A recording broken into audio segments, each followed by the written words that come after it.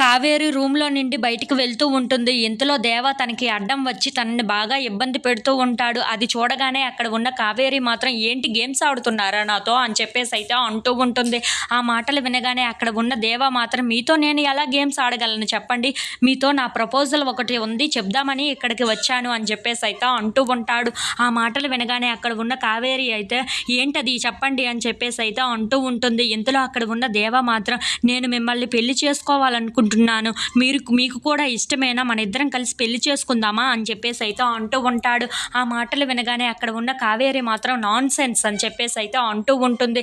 ఆ మాటలు వినగానే అక్కడ ఉన్న దేవ మాత్రం నాన్‌సెన్స్ అంటున్నారేంటి? ఇదేమీ నాన్‌సెన్స్ కాదు. కామన్ సెన్స్‌తో ఆలోచించండి. మీకు భర్త లేడు. నాకు భార్య లేదు. అలాంటప్పుడు మనిద్దరం పెళ్లి చేసుకోవడంలో తప్పేముంది అని చెప్పేసైతే అంటూ ఉంటాడు. ఆ మాటలు వినగానే అక్కడ ఉన్న కావేరి అయితే ఒక్కసారిగా షాక్ అయిపోయి దేవ వైపు అలా చూస్తూ ఉండిపోతుంది.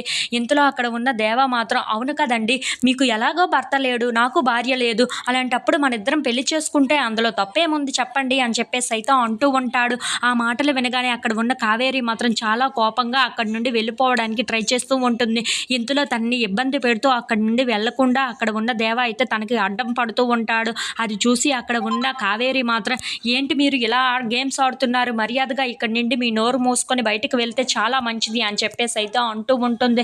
ఆ మాటలు వినగానే అక్కడ ఉన్న దేవ మాత్రం "నేను చెప్పిన ప్రపోజల్ కోసం ఆలోచిస్తారు అనుకుంటే ఇవన్నీ మాట్లాడుతున్నారేంటి" అని చెప్పేసైతే అంటూ ఉంటాడు. ఇంతలో అక్కడి నుండి కావేరి బయటికి వెళ్ళిపోవడానికి ట్రై చేస్తూ ఉంటుంది. అది చూడగానే అక్కడ ఉన్న దేవ మాత్రం తన చేయి పట్టుకొని వెనక్కి లాగుతూ ఉంటాడు. అది చూడగానే అక్కడ ఉన్న కావేరి అయితే చాలా కోపంగా దేవ వైపు చూస్తూ ఉంటుంది.